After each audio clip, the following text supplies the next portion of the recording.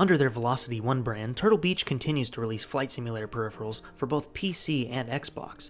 One of their most recent products is a joystick they call the Flightstick, advertised for air, combat, and space simulators.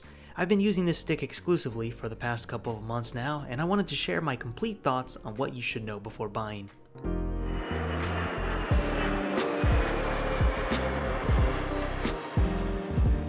When doing hardware reviews, I try to include some background on where I'm forming my opinion from. The VelocityOne Flightstick is the fourth joystick to enter my personal collection. In the course of time attending trade shows and flying friends setups, I've tried around 10 different joystick models. As simple as they are, each one offers a different user experience.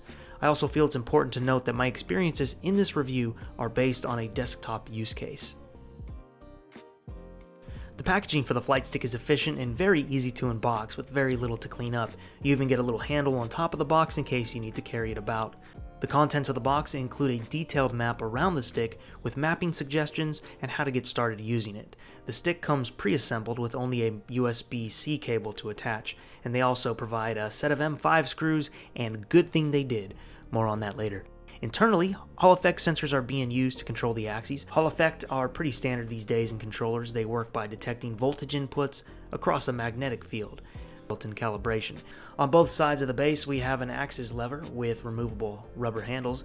These handles can be swapped side to side. Neither lever track has detents as you move down the track, but there is a button detent at both ends. And below these levers are 4 additional buttons you can program. All in all, a total of 12 programmable buttons on the base. On the middle of the stick base, there are 3 menu buttons and a 3.5mm headphone jack. You can also tether your other TurtleBeach hardware to the base if needed, with 2 additional USB-C ports on the back. No other USB ports are present to power other peripherals.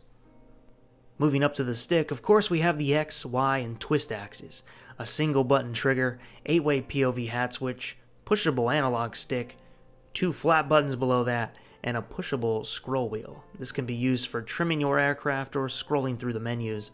Above the wheel is a small single-click touchpad. This works like the touchpads found on laptops. It's one of those features I never considered adding to a stick, but it can be useful in virtual reality if you can't reach a mouse during flight. The pad is no bigger than the tip of your index finger, which is not a lot of room to work with, but you can tune it to be more or less responsive. For this next section, I want to cover what TurtleBeach calls the flight management screen. This screen and its many facets are navigated by clicking and turning the silver ring in the center of the base. I thought this was a very interesting way to design it. The ring is out of the way and it left room for the layout that they ultimately went with. And turning the ring presents 10 different pages that I'm going to describe.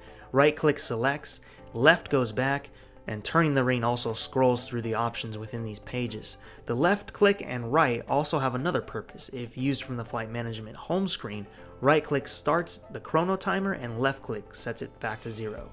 The first option in the Rolodex is the input page, and this allows you to set the stick for either Xbox or PC. So your current input will always be displayed on the left of the flight management screen, so just set it to the appropriate one and you should be good to go. We have a stick performance page. This will offer performance settings. There's a test page where you can see the 32-bit Hall effect sensors move across the plane on the X and Y axes. It also offers a page with standard, precision, and fast profiles. And switching back to the test page allows you to feel and see the difference between each of these. The fast profile is snappy. The slightest movement uses multiples of -3,564 on the axis. Precision mode was exactly that. It allows you to have a much finer movements within the plane. With the same pressure I used on the fast profile, I was able to achieve -1 on the test plane while in precision mode. From there, it was very easy to move it up into -2 and on. I did the same for the standard profile, and the lowest number I could get was -129, and it was just multiples of that. The third page is an audio page, and you can adjust the audio, the microphone with several different EQ modes. This will probably be more useful to the Xbox user. Using this to adjust audio as a desktop PC user seems a little more cumbersome, much like the touchpad mentioned earlier. If one was using this in a home cockpit environment, it could be useful if you cannot easily access your desktop audio settings. The fourth page offers 2 trim wheel settings. One is a trim position indicator and the other with an option of analog axis or digital button setups. There is a rudder lock feature. This is so you can turn rudder lock on or off, locking the aircraft rudder in place so you can use the twist axis as a nose wheel tiller. The The next option is for Pro Aim, and this gives you a chance to reduce the stick's sensitivity when you hold an assigned button.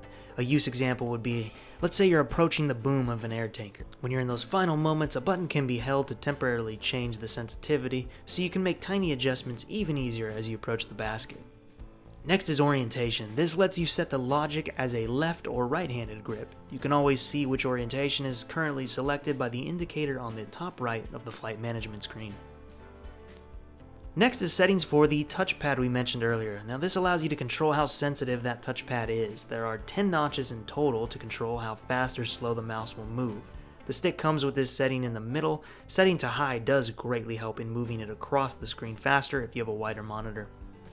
If you don't like the colors of the stick, or if you don't like them at all, this mode allows you to adjust the lights on the stick or choose between different color profiles. You have blue and yellow, blue and green, pink and orange, solid yellow, blue or white, and you can also control the brightness of these lights. It can take a second or two for the change to appear when you click it. There is one more page allowing you to adjust the LED brightness as well. The stick does have Bluetooth. When I first saw this option, I was hoping this would serve as an adapter, allowing me to pair my Bluetooth headphones. Rather, this allows you to pair a Bluetooth device like your phone or tablet with the Flightstick. It has two pages, one for the pairing and the other is a status screen to let you know if you're connected. The mobile application lets you adjust the color and view some of the calibration features. Overall, this wasn't that useful beyond, hey, that's pretty cool, but I did enjoy the user interface compared to the ring method. Now they also have a companion application for the desktop, and this is the only way to update the firmware for the joystick. The current version is 1.16 as I'm reading this. My Flightstick arrived with firmware 1.07 installed. To update, you will need to download and install the application, set the Flightstick input to Xbox regardless of using PC or not. Then you can run the firmware update. The update to 1.16 took about 2 minutes to complete. If using PC, switch the input back to so when you're done. Now we're going to get into the ergonomics of this stick. The Flightstick grip works as both a left and right-handed grip. The handrest unscrews and can be moved to either side. Through the same method, you can both lower and raise the rest. I really like how they went about this. Most grips come either left or right, but this grip not only supports both, it welcomes a range of different hand sizes. Now for the potentially bad news. The spring tension on this stick is the stiffest I ever recall using, and you pair that with a light wide base, and you have yourself a stick that's going to challenge you to stay flat on the desk. An abnormal trait, as joysticks are usually not this stiff, and or the base is balanced in the directions you apply pressure. When flying the UH-1 Huey in some dicey situations, I had to really rethink how I use a joystick, because it's not enough to move the stick forward and back with pressure, but you will need to put equal down pressure with the side of your palm to keep the base on the desk. You do have the option to mount the stick, as there are 3 M5 holes on the bottom, and they provide those screws as well. Or you can hold the stick while you fly, which some people prefer because it places the stick right where it actually would be on most aircraft with sticks. But understand, it will need one of these options if you don't want it to move. A frustrating flaw on an otherwise outstanding stick.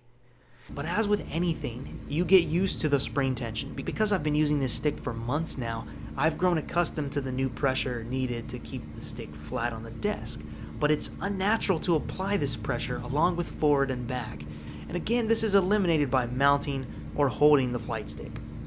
I consider myself an all-around flight sim pilot. I enjoy the heavies, general aviation, helicopters, gliders, combat aircraft. I tested the Flightstick on a few aircraft in the Boeing and Airbus family, but more importantly, I did a lot of hand flying with this stick in helicopters and small props. Sessions for about an hour or more. Despite the awkward pressure you need to apply, at no time did my hand fatigue or cramp. The grip is actually quite comfortable. The handrest is wide and it's angled appropriately for comfort, and if you don't adjust the handrest, this might impact the comfort, so you need to consider that. So make sure you find what feels best for you. The Flightstick advertises compatibility with Microsoft Flight Simulator, XPlane 12, and Digital Combat Simulator World, which I tested on all three. There isn't much to go into on the difference in feel between each sim. It's all relative when you really get down into it. But these are some of the things I liked or disliked when using the Flightstick across the three sims.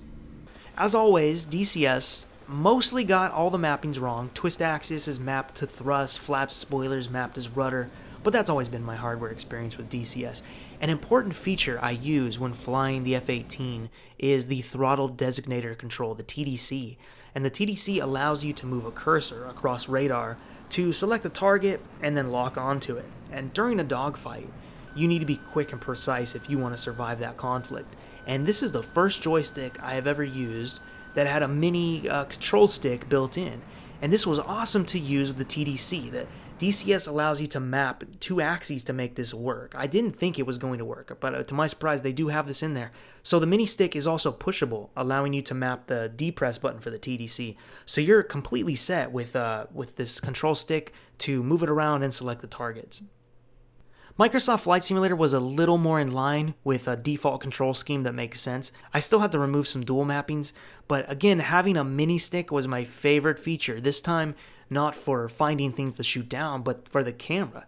It really lets you do some smooth panning, but oftentimes the camera would continue panning as I would let go. I would need to move it again in the opposite direction to get it to stop.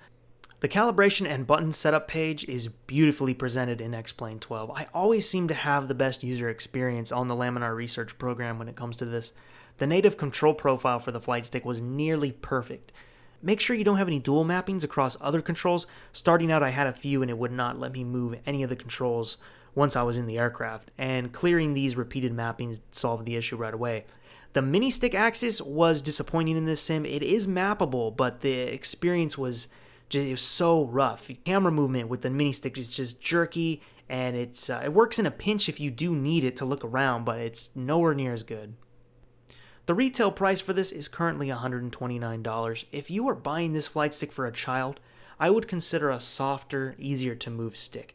I gave my toddler a blind test of the issue, meaning I didn't tell her anything going into this, and she was able to easily move the Gladiator NXT, the T16000M sticks with one hand. But as soon as she gets to the VelocityOne flight stick, that struggle I've been describing rears its head instantly. On PC, you have softer spring options like the T16000M, the Thrustmaster Airbus line is good, the VKB Gladiator sticks are real soft. All of these have a cushion-like spring, and relatively the same price range if not lower. The other option on Xbox is the T-Flight HOTUS by Thrustmaster, but I have not tried this one yet. The VelocityOne flight stick brings new innovations to the joystick concept. With features galore, adjustable to many hand sizes, left and right grip adjustability. If you want a firm joystick and plan on mounting it, then this might be fine for you. For myself, I don't like that I can't place this joystick on my desk and use it under what I consider normal circumstances. But don't get me wrong, when this stick is bolted in or held, it's nice. If you could get your hands on a demo of the VelocityOne flight stick, I would definitely try it first to see if you'll like it.